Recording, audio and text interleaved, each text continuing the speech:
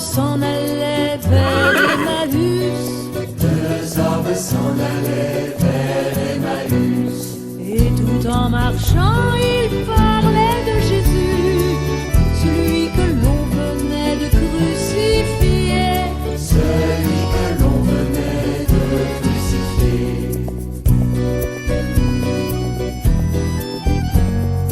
Ils avaient suivi Jésus comme un Messie. Deux hommes s'en allaient vers Emmaüs. Deux hommes s'en allaient vers Emmaüs. Envahis de peine, ils revenaient déçus et n'avaient plus la force d'espérer. Et n'avaient plus la force d'espérer.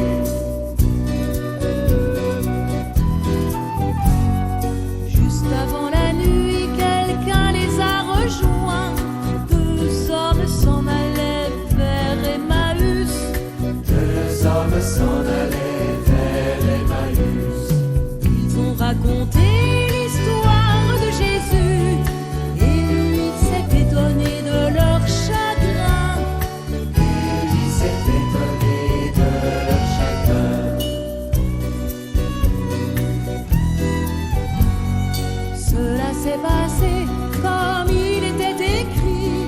Deux hommes s'en allaient vers Emmaüs. Deux hommes s'en allaient vers Au nom du Père et du Fils et du Saint-Esprit. Amen. Frères et sœurs bien-aimés, l'événement de la résurrection du Seigneur est tellement grand et vaste, un seul dimanche ne suffit pas pour le vivre et le célébrer pleinement dans toute son intégralité. Il faut vraiment prendre du temps pour épuiser et décortiquer la pointe du message que le ressuscité lui-même veut nous amener à découvrir. Le mystère pascal en lui-même, c'est un mystère très riche en messages spirituels. Un message qui n'est pas toujours facile à comprendre ni à expliquer.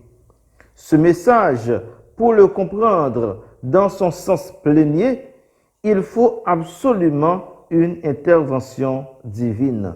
C'est la révélation. Par sa résurrection d'entre les morts, Jésus est devenu l'auteur ultime de la révélation. Ce qui veut dire que c'est lui en personne qui explique et dévoile le vrai sens du mystère de la rédemption. Nous ne devons pas oublier que notre foi chrétienne repose sur la mort et la résurrection de Jésus-Christ. Souviens-toi de Jésus-Christ ressuscité d'entre les morts. Il est notre salut, notre gloire éternelle. Donc, d'éternité en éternité, jusqu'à la parousie, c'est-à-dire jusqu'à la fin des temps, nous, chrétiens et croyants, nous sommes appelés à célébrer et à faire mémoire de ce jour glorieux et victorieux. Faites ceci en mémoire de moi, nous recommande le Seigneur. En ce troisième dimanche de Pâques, appelé dimanche des apparitions, ce n'est ni au bord du tombeau, ni au cénacle que nous sommes invités à célébrer la résurrection du Seigneur. Cette fois-ci, Saint Luc nous invite à vivre la résurrection sur le chemin d'Emmaüs, que nous pouvons appeler le chemin de la renaissance spirituelle. Avec les disciples d'Emmaüs, nous sommes appelés à découvrir l'effet ou l'impact de la résurrection sur les routes humaines. Une manière pour nous dire que chacune est invité à vivre la résurrection du Christ, non seulement dans sa propre réalité de vie, à travers les vicissitudes de la vie, mais avec une foi renouvelée. Cela peut arriver que l'on perde la foi en Jésus-Christ. Mais aussi, on peut la retrouver dans le quotidien de sa vie avec les hauts et les bas. Avec le fameux « Nous espérions que c'était lui qui allait délivrer Israël », le chemin d'Emmaüs est, à juste titre, considéré comme un chemin de désespoir, de défaite, de perte de confiance en Jésus-Christ. Si on veut, c'est un chemin de déception et de déchéance spirituelle. L'espérance est engloutie, plus de raison d'espérer. Les disciples d'Emmaüs se sont retrouvés comme dans un état de détresse spirituelle. C'est-à-dire qu'ils sont morts spirituellement. Leur vie chrétienne n'a plus de sens ni de couleur. C'est le cas de beaucoup d'entre nous. Heureusement, dans ce même chemin de détresse, le ressuscité vient ressusciter la foi chez ces deux disciples qui ne faisaient sans doute pas partie des disciples officiels. Je veux parler du collège des apôtres. Jésus-Christ, au bout de leurs échecs, est venu à leur rencontre. Il vient les inviter, tout en étant sur ce même chemin, à reprendre confiance en ce même Jésus de Nazareth qu'ils avaient connu auparavant, mais avec de nouveaux critères, avec de nouvelles approches spirituelles. Donc, il faut reprendre le chemin, mais dans l'autre sens. Peut-on dire, après sa résurrection, Jésus-Christ est devenu l'inconnu bien connu. On le connaît déjà, mais il faut réapprendre à le connaître. Ça, c'est la naissance de la foi. Autrement dit, quand on perd la foi et l'espérance, Jésus est passé du connu à l'inconnu. Il est devenu un étranger. Alors, pour redécouvrir cet inconnu bien connu, il faut une rééducation à la foi. Il faut une nouvelle catéchèse et un nouvel accompagnement. Et dans cet épisode, Jésus se présente comme le catéchète ou le catéchiste suprême. C'est lui, avec patience, qui explique et qui permet aux deux amis de découvrir le vrai sens de l'écriture. À bien comprendre la mélancolie et la nostalgie de ces deux disciples, ils avaient foi en Jésus de Nazareth durant sa vie en Israël. C'est le Jésus connu humainement, le Jésus limité dans le temps et dans l'espace. Maintenant, il faut arriver à acquérir une nouvelle connaissance sur Jésus-Christ, le Jésus inconnu spirituellement. Il faut le dire, avec sa mort et sa résurrection, Jésus reste toujours le même Jésus, mais autrement. Ce qui fait que les disciples d'Emmaüs ont perdu le signal de la foi. Le Christ Jésus s'échappe à leur compréhension humaine et rationnelle. Jésus de Nazareth n'est pas seulement le prophète par excellence, il est Dieu en personne. Pour eux, Jésus ne devrait pas connaître la mort sans instaurer son royaume en Israël. Alors qu'il fallait que le Christ souffrisse cela pour entrer dans sa gloire. Le vrai royaume du Christ tire son existence dans sa mort et dans sa résurrection. En ce sens, pour arriver à percer ce mystère, il faut une transition spirituelle, pour ne pas dire l'intelligence du cœur. Il ne faut pas chercher à saisir le Christ avec la tête seulement, mais aussi et surtout avec le cœur. Maintenant, c'est du dedans, c'est de l'intérieur qu'il faut chercher à connaître le Christ. Comme disait saint Augustin dans sa prière, je cite, « Beauté ancienne et si nouvelle, Tu étais au-dedans de moi, et moi, j'étais dehors, et c'est là que je t'ai cherché. » Fin de citation. Voilà pourquoi nous avons parlé de la renaissance spirituelle. Il ne faut pas rester dans les routines ni dans les vieilles habitudes. Ce n'est pas qu'il faut s'arrêter de chercher à comprendre le mystère divin avec l'intellect et la raison.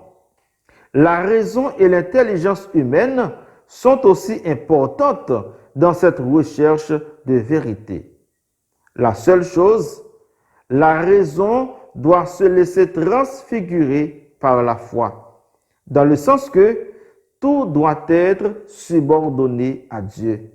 C'est pourquoi nous parlons d'une nouvelle naissance spirituelle pour croire en Jésus-Christ, le ressuscité. Pour le dire autrement, il faut, par la grâce de l'Esprit Saint, arriver à une conversion en profondeur.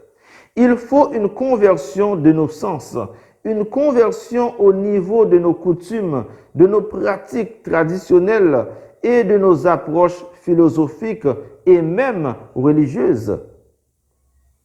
Je dirais, le Jésus ressuscité, ce n'est plus un Jésus en qui on peut croire uniquement à partir du mental. Maintenant, c'est à partir du cœur. Notre cœur n'était-il pas brûlant en nous, tandis qu'il nous parlait sur la route et qu'il nous ouvrait les Écritures? S'interrogent les disciples après avoir spirituellement découvert le ressuscité. Alors, la foi renaît. Plus de peur, plus d'angoisse. Ils sont parvenus à l'intelligence spirituelle et c'est ce qui met fin à leurs doutes et leur incrédulité. À présent, spirituellement, ils sont armés et ils peuvent retourner en toute hâte pour aller retrouver le grand groupe afin de partager leur expérience de foi. Cela, mes chers amis, c'est l'œuvre de l'Esprit du ressuscité. Seul l'Esprit Saint peut nous accorder une telle grâce. Quelle grâce? La grâce de découvrir le Christ sur notre chemin et de lui parler comme on parle à un ami. La grâce de quitter nos maisons familiales en prenant la route afin de nous réunir ensemble en Église autour de la table eucharistique pour partager et célébrer notre foi en Jésus-Christ. Donc, comme nous rappelle le pape François dans une homélie, nous ne pouvons pas concevoir la vie chrétienne sans les sacrements ni sans ce contact réel entre les croyants. Nous devons faire attention à une foi virtuelle, dit-il. C'est pourquoi nous devons continuer à prier pour la fin de cette pandémie afin de reprendre nos habitudes et nos pratiques chrétiennes. C'est un impératif pour nous les chrétiens et les chrétiennes de vivre notre foi ensemble en église ou bien en petite communauté ecclésiale. De nos jours, comme nous le constatons, le monde traverse une crise sanitaire qui nous fait pleurer et nous bouscule dans nos certitudes et nos conforts. Mais il y a une crise beaucoup plus grave et terrible encore. C'est la crise de la foi, la crise spirituelle. L'être humain se détourne de Dieu. Il abandonne le vrai chemin pour créer son propre chemin et qui le mène à la perdition. Par milliers, des chrétiens et des croyants abandonnent l'Église et la foi chrétienne pour s'initier à d'autres sectes sataniques et diaboliques. Peut-être c'était le cas des disciples d'Emmaüs. Ils ont laissé la grande église de Jérusalem pour un autre chemin. Ils ont abandonné la foi chrétienne pour reprendre leur activité ordinaire. Le chemin d'Emmaüs peut être un itinéraire pour redécouvrir la foi, si toutefois, après nos questionnements et notre ouverture à l'Évangile, nous invitons le ressuscité à rester avec nous. Même si Après ce temps de convivialité, il disparaît de nos yeux afin de nous laisser assumer nous-mêmes notre responsabilité de croyants dans le monde. En fin de compte, mes chers amis, chercher à comprendre n'est pas un obstacle pour la foi. Se plaindre sur les déceptions et sur les échecs, se poser des questions, tout cela n'empêche toujours pas de parvenir à la foi en la résurrection. C'est tout notre être, tout ce que nous sommes, qui est appelé à découvrir et à connaître Jésus-Christ. Le plus gros obstacle, c'est quand on ferme la porte de son cœur. C'est quand on refuse tout accompagnement et éclairage spirituel. Ensuite, le plus grave problème, c'est quand on n'est pas ouvert à l'Esprit Saint.